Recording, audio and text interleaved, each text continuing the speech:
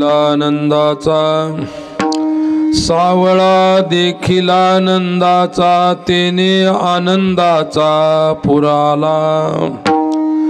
काळी घोंगडी हातामध्ये काठी, काळी घोंगडी हातामध्ये काठी, चारितो यमुना तटी गोधने। एका जनार्दनी सावळा श्रीकृष्ण, एका जनार्दनी सावळा श्रीकृष्ण, गवळणी तल्लीन पाहता होती।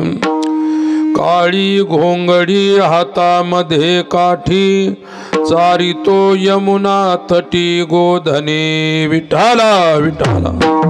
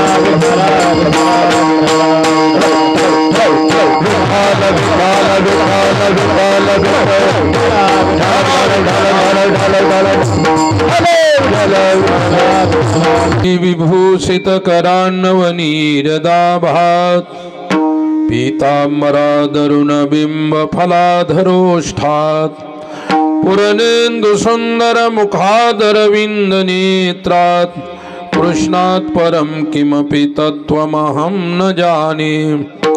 समचरण सरोजं सान्द्रनीलाम्बुदाभं, जगननीतपानिं मण्डनं मण्डनानां, तरुण तुलसीमाला कंधरं कंजनेत्रं, सदय धवलहासं विठ्ठलं चिन्तयामि। करू प्रथम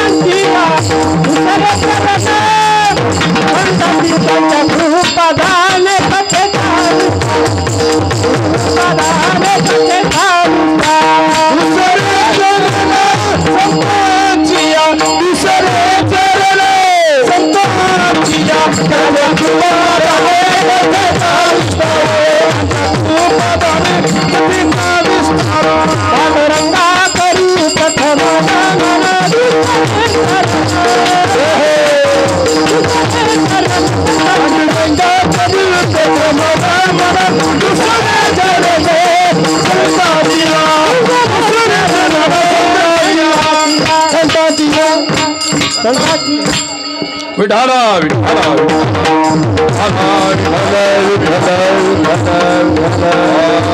हरी हरी। सावळा देखील आनंदाचा, तेने आनंदाचा पुराला।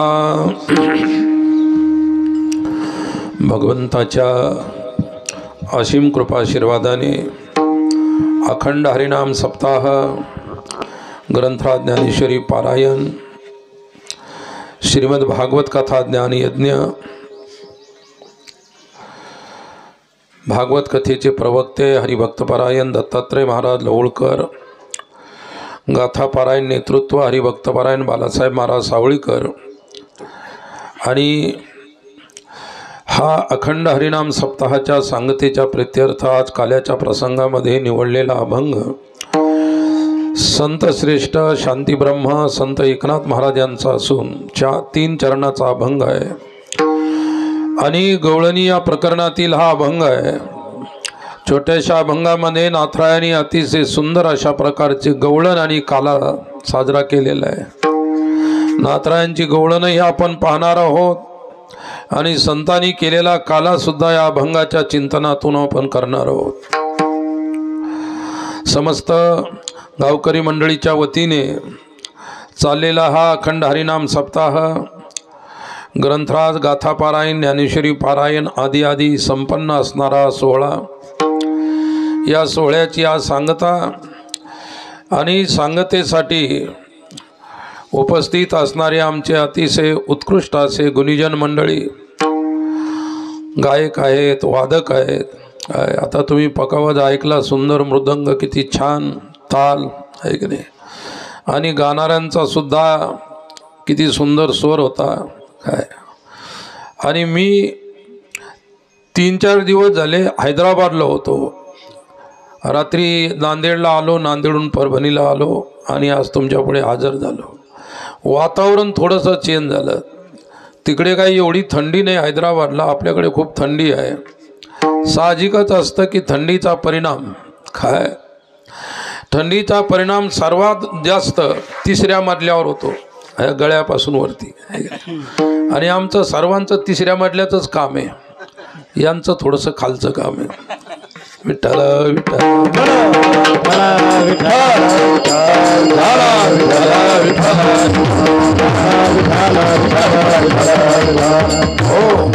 वाणी गुणानुकथने श्रवणो कथायाम, वाणी भगवंताचे गुणानुवाद करत असते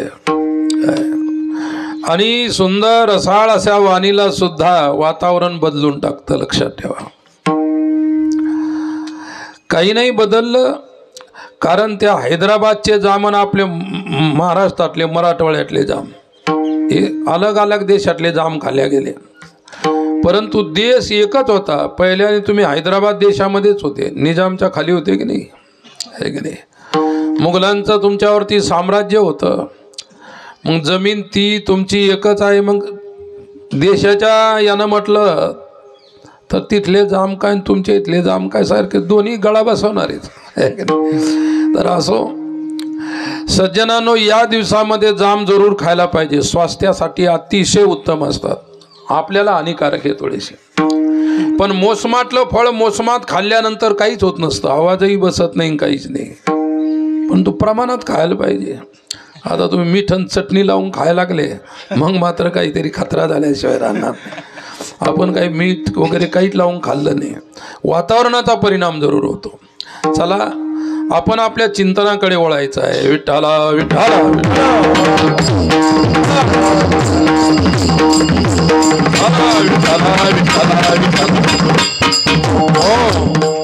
सावळा देखील आनंदाचा, नाथराय म्हणतात, सावळा देखील आनंदाचा तेने आनंदाचा पुराला। आपल्या जीवनामध्ये, गोपिकांच्या जीवनामध्ये, गवळणीच्या जीवनामध्ये श्रीकृष्णाच्या येण्याने आनंदाचा पूर आला होता। पूर नेहमी पाण्याचा येत असतो, पूर नदीला येतो असतो, नाल्याला येतो, ओढ्याला येतो, आणि समुद्राला सुद्धा येतो, त्याची सुद्धा भरती आणि ओटी असते, लक्षात ठेवा। परंतु गोकुळामध्ये आनंदाचा पूर आलेला आहे, गोकुळामध्ये आनंद आलेला आहे। विठ्ठला विठ्ठला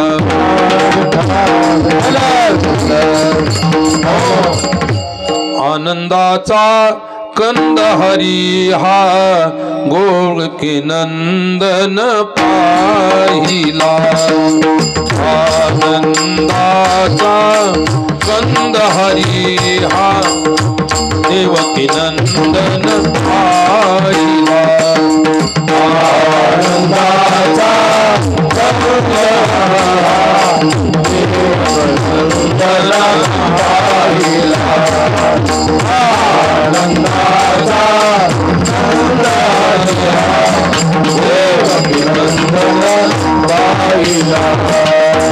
भक्तासाठी तो जग जेठी ही मानिकती राहिला भक्तासाठी तो जग जेठी ही मानिकती राहिला आनंदाचा कंद हरिया देव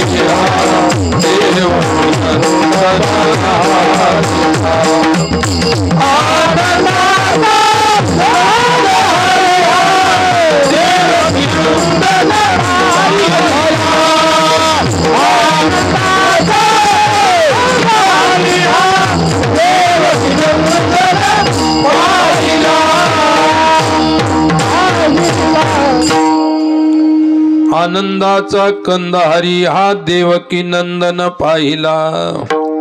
श्रीकृष्ण हा देवकी नंदन आहे, श्रीकृष्ण हा यशोदा नंदन आहे. मग देवकीचा नंदन श्रीकृष्ण, यशोदेचा नंदन श्रीकृष्ण आहे. जन्म ज्याचा होतो, जन्म देणारी त्याची आई एकच असते. सावत्राई असते पण ती वेगळी असते, ती जन्म देत नाही, ती दुसऱ्याला जन्म देईल. परंतु एका पुत्राच्या दोन आई समान प्रेम.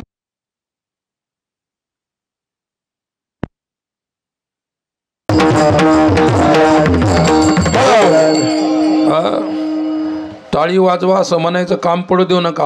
आदर्श गाव आहे तुमचं. आणि पाहुणे सांगतात की टाळी वाजवा, पाहुण्यांनी नाही वाजवल्या चालतात पण गावातल्यानं जरूर वाजवा. काय आहे, मी सांगत होतो श्रीकृष्ण एक आहे, आई दोन आहेत. जन्म देणारी आई दोन्हीपैकी एकही नाही. देवकीनंही जन्म दिला नाही आणि यशोदेनेही जन्म दिला नाही. कारण जीव आणि ईश्वर याच्यामध्ये भेद असतो. कसा? जीव हा योनी संभव आहे. जीवाचा योनीतून आईच्या गर्भातून जन्म होतो आणि देव कोणाच्याही योनीतून गर्भातून जन्माला येत नाही, त्याचा अवतार होतो. काय होतो? जन्म घेणारा जीव आहे, न घेणारा ईश्वर आहे. आणि जर जन्म ईश्वर घेऊ लागला तर ईश्वर या सृष्टीप्रमाणे मिथ्या, खोटा ठरेल. लक्षात ठेवा. आणि गीता सांगते जन्म कर्मच मे दिव्यम मेवम यो व्यक्ती तत्वतः. माझा जन्म आणि माझे कर्म दिव्य आहेत असा जो जाणतो तो ज्ञानी आहे. विठ्ठला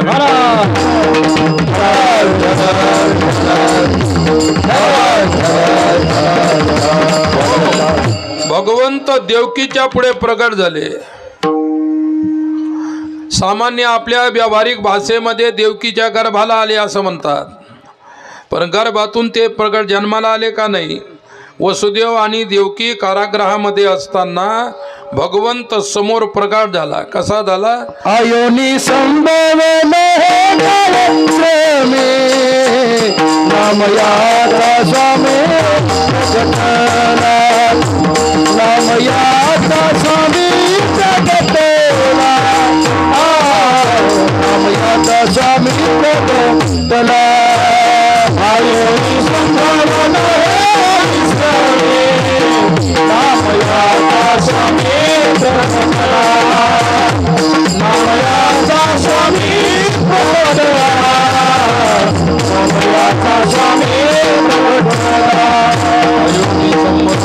क्रमी नामयाचा स्वामी प्रगटला. अयोनी संभव म्हणजे योनीतून ज्यांचा जन्म झाला नाही. आपला, तुमचा, आमचा सर्वांचा योनी संभव जन्म आहे. अयोनी संभव नामयाचा स्वामी प्रगटला. भगवान कृष्ण काय म्हटला? प्रगटला म्हटलं, जन्म झाला असं म्हटलं का? प्रगटणे वेगळी गोष्ट आहे आणि जन्म घेणे वेगळी गोष्ट आहे. अवतरण म्हणजे अवतार होणे वेगळी गोष्ट आहे, जन्म घेणे वेगळी गोष्ट आहे. कारण जो जन्म घेतो तो मरत असतो आणि जो प्रगट होतो त्याला जन्म मरण नाही. जो प्रगट होतो त्याला न जन्म आहे न मरण आहे. अजोपि सन्नवे आत्मा भूतानाम ईश्वरोपि सन. तो आज आहे, अव्यय आहे. विठ्ठला विठ्ठला.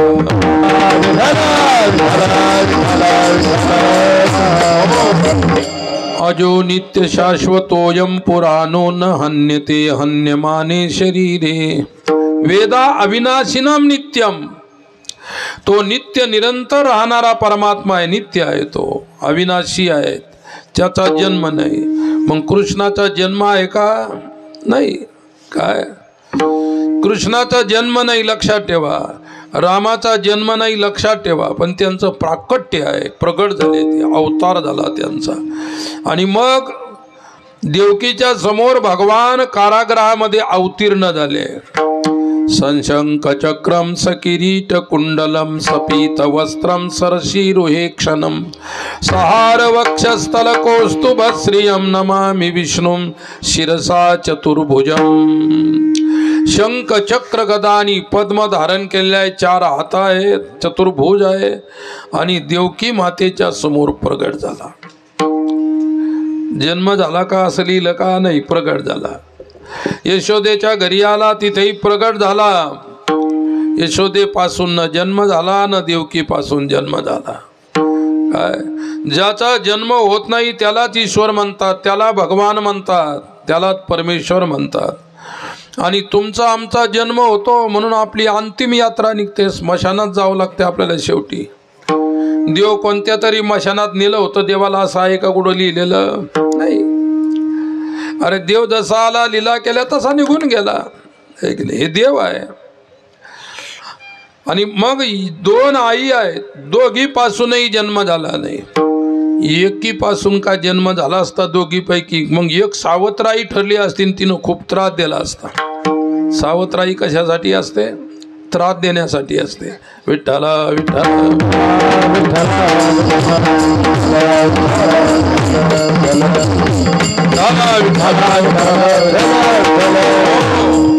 तुम्हाला सावत्राईचा तास माहित आहे? रामायण ऐकलं तुम्ही? रामायण सावत्राईचा कसा त्रास असतो? रामाची जन्म देणारी आई कौशल्या, आणि सावत्राई कोण होती? कैकेयी होती, सुमित्रा होती। 2 सावत्राई होत्या। राजा दशरथाला 3 पत्न्या होत्या, 3 बायका होत्या। जुने लोक करायचे शोकाने 3-3 बायका, 4-4 बायका जुन्या लोकांमध्ये असायच्या, बरोबर 3-3 4-4। म्हातारे झाले तरी लग्न सुरूच। ताकदी होत्या, खाणं चांगलं होतं, पिणं चांगलं होतं, सर्व व्यवस्थित होतं, 100-100 वर्षे राहायचे। आता आपल्याला त्यातला अर्धा आयुष्य 50 वर्ष आता या नव्या पिढीला झाले, ते काहीच निष्क्रिय होऊन जाणार, ते काहीच कामाचे राहणार नाही। जुनं 70, 75, 80 वर्षाचं म्हातारं चांगलं ना, आता 25-30 वर्षाचं पोरग सुद्धा तेवढं उचलू शकत नाही होतं। शरीर चांगले होते। काय शरीर कशानं चांगले राहतात? मन जर चांगले असले तर शरीर चांगले राहतात, आणि ज्याचं मन चांगलं नसतं त्याचं शरीर कधी चांगलं राहणार नाही, लक्षात ठेवा। जुने माणसं बिचारे शिकलेले नव्हते, अनपढ होते, परंतु सत्यवादी होते। एकदा का त्यांनी सोयरीक जमवली तर कोणाची हिंमत नव्हती मोडायची, पोराची नव्हती, सोयऱ्याची नव्हती, भावबांधकाची नव्हती, कोणाची नाही। म्हणजे जे बोलले ते सत्य शब्द। मग लंगडी पसंत करो, आंधळी पसंत करो, कशी त्यांनी पसंत करून जे दिलं ते सर्वांना मान्य, सत्यवादी होते। आयुष्यभर आपला शब्द निभवायचे। आता इथं एक बोलले की स्टँडवर दुसरं मानवत मध्ये तिसरं होऊन जातं तुमचं, इतके लोक खोटे बोलतात। आणि म्हणून सुख शांती समाधान संपलेलं आहे। काय आणि थोडं बहुत दिसतं ते फक्त परमार्थामध्ये, थोडं बहुत दिसतं पण कुठे दिसतं? परमार्थामध्ये दिसतं। म्हणून तुम्ही जे सत्य करता ती चांगली गोष्ट आहे। आयुष्याची शांती सुख समाधान याच्यामध्येच आपल्याला मिळाला तर मिळालं, नाही याला सोडलं की कुठेच काही नाही, फार अंधार आहे बाजूला गेलं की। विठ्ठला विठ्ठला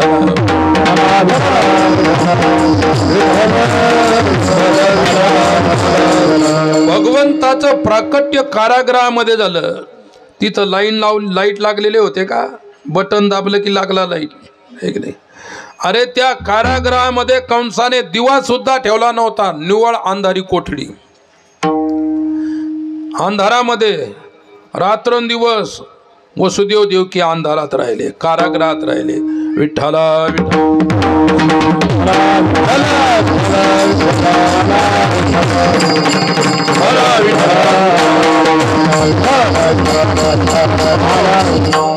आता थोडी लाईन गेली की तुम्हा आम्हाला सण होतं का? लाईन गेली की आमचं बंद पडतं, लगेच राग येतो माणसाला, आहे की नाही? आता त्यांनी थोडं काय त्याचा गळा दाबला, ते लाईननं दाबला गळा. लाईनवर रागावता ना तुम्ही, त्या स्पीकरवाल्यालाच रागावता. कसं काय बंद झालं? आता इथं माझं बटन बंद, मी त्यांना म्हणायला लागलो कसं काय बंद आहे, आवाज कसं काय होणार आहे? गुन्हा कोणाचा, रागावता कोणावर?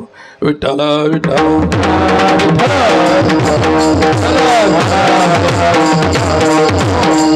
आणि स्पीकरवाल्याची ना आमच्या गाणाऱ्या वाजवणाऱ्याची अजून सोयरीक झाली नाही कधी. जमतच नाही ते, पता नाही काय कशामुळे होतंय तसं, आहे की नाही? ते फुटायला येतं तरी वाढव वाढव वाढव, त्याचं जेवढा त्याच्यामध्ये पॉवर आहे तितकंच वाढणार आहे ते. तर असं आहे. मग अंधारात जन्म झाला, आहे की नाही? ज्याचा जन्म अंधारात म्हणजे अविचारात होत असतो, अविचारात जन्म होतो त्याला राक्षस म्हणतात. आणि ज्याचा प्रकाशात उजाडात जन्म होतो त्याला देव म्हणतात. आणि ज्याचा काही अंधारा आणि प्रकाश त्याचा जन्म होतो त्याला जीव म्हणतात. जीवाच्या जीवनात कधी अंधारा आहे तर कधी प्रकाश आहे. देवाच्या जीवनामध्ये सर्व प्रकाशच प्रकाश, आणि राक्षसाच्या जीवनामध्ये तमोगुण म्हणजे अंधार. म्हणजे राक्षसाच्या जन्मामध्ये अंधार, जीवाच्या जन्मामध्ये अंधार प्रकाश, आणि देव नित्य निरंतर प्रकाशमय, त्याला प्रकाशच प्रकाश आहे. कारण देव शब्दाचा अर्थच प्रकाश आहे. संस्कृतामध्ये दिव प्रकाशने या धातूपासून देव शब्द बनतो, त्या देव शब्दाचा अर्थ आहे प्रकाश. मग कृष्ण देव होता म्हणजे काय होता? प्रकाश होता. आई वडिलांचं जीवन अंधारात गेलं आणि अंधारात प्रकाश प्रगट झाला. भगवंत आले तर लख प्रकाश झाला सर्व कारागृहामध्ये. वसुदेवाने उचलून नेलं, त्याला काही अशी बॅटरी लावायचं काम नाही पडलं. जुन्या काळामध्ये आमच्याजवळ कंदील असायचे, शेतात जायचं ते कंदील लावला की चालले, आहे की नाही? त्या कंदिलामध्ये थोडंसं दिसायचं असं 5-10 फूट चारी बाजूनं, आहे की नाही? आता त्याच्यापेक्षा पुन्हा विकास झाला तर बॅटरी निघाली, थोडं 100 फूट दिसतं, पुढचं दिसतं, आहे की नाही? पुढचं जरी दिसलं तर मागं अंधार राहतो, आहे की नाही? पण सूर्य उगवल्यानंतर मागं अंधार नाही, पुढे अंधार नाही. तसा परमात्मा श्रीकृष्ण सूर्याप्रमाणे आहे, तेजस्वी आहे. आणि तो कारागृहामध्ये प्रकाश झाल्यानंतर देव म्हणाला तुम्ही राहा कारागृहामध्ये, आपण काही राहणार नाही, मला उजेडात नेऊन पोहोचून द्या. नंदाच्या घरा, नंदाच्या घरा